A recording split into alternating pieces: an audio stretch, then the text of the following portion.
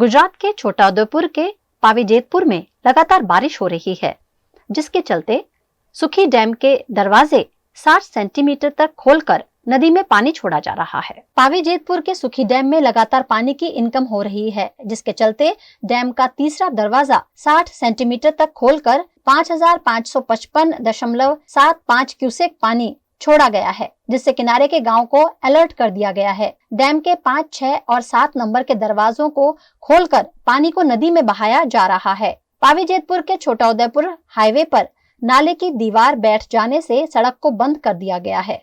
सालों पुराने नाले के बैठ जाने से यहाँ दुर्घटना का खतरा बना हुआ है। ऐसे में फिलहाल सड़क बंद कर बैरिकेडिंग कर दिया गया है। ये नाला नेशनल हाईवे अथॉरिटीज की निगरानी में आता है। ऐसे में अब NHI की टीम निरीक्षण के बाद ही काम को आगे बढ़ाया जा सकेगा। ऐसे में फिलहाल सड़क बंद करने से लोग परेशान हैं। જેતપુર પાવી નેશનલ હાઈવે નું જે નાળું વસવા કોતરની બાજુમાં આવેલું છે એ હાઈવે નું નાળું આજે અમારી સામે જ એની અંદરની દિવાલ તૂટી પડી છે, એટલે અમે વહીવટી તંત્રને આ બાબતે જાણ કરી કલેક્ટર શ્રી સાથે પણ મારે ટેલિફોનિક ચર્ચા થઈ અને અહીંયા ગાડી PI સાહેબ અને બધા હાજર છે।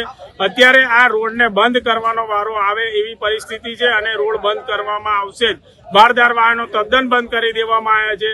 હવે જે કોઈ વ્યક્તિ બરોડા તરફ જવાના હોય છોટાઉદેપુરથી એ લોકો ચકાસણી કરી અને અહીંયા ગાડી આવે એ જ અમારી બધાને વિનંતી છે। અને આ તબક્કે લોકો સંયમ રાખે, ખૂબ જ વરસાદ છે એટલે કાળજી રાખી પોતાનો પ્રવાસ ખેડે।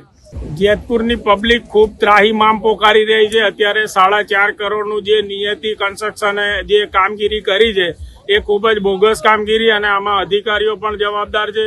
આવા તમામ અધિકારીઓ સામે કાર્યવાહી થવી જોઈએ। આ જે ભ્રષ્ટાચારી કોન્ટ્રાક્ટર છે એની સામે પણ કાર્યવાહી કરી પૈસાની વસૂલાત થવી જોઈએ અને તાત્કાલિક ધોરણે રાજ્ય સરકાર પાસે અમે તમામ નાગરિકો વતી માંગણી કરીએ છીએ કે આને RCC વર્ગ દ્વારા બનાવવામાં આવે, જેથી કરી અને આવી તકલીફ ના થાય। આ રોડ મધ્યપ્રદેશને જોડે છે, 50 થી 60 ગામોને તકલીફ પડી રહી। વિદ્યાર્થીઓ, તમામ ખેડૂતથી લઈ અને આરોગ્યની સેવાઓ લેવા વાળા માણસોને પણ ખૂબ મોટી તકલીફ પડી રહી છે। સરકાર આ બાબતે યોગ્ય પગલાં લે અને તાત્કાલિક ધોરણે જેટલા રોડો ખરાબ થયા છે નેશનલ હાઈવેને પોતાની જે ઓફિસરો છે એમની ટીમ મૂકી, એક્સપર્ટની ટીમ મૂકી આવા તમામ નારા અને પુલોની તાત્કાલિક ધોરણે વરસાદ રોકાયા પછી એની કામગીરી થાય એવી અમારી બધાની માંગણી છે।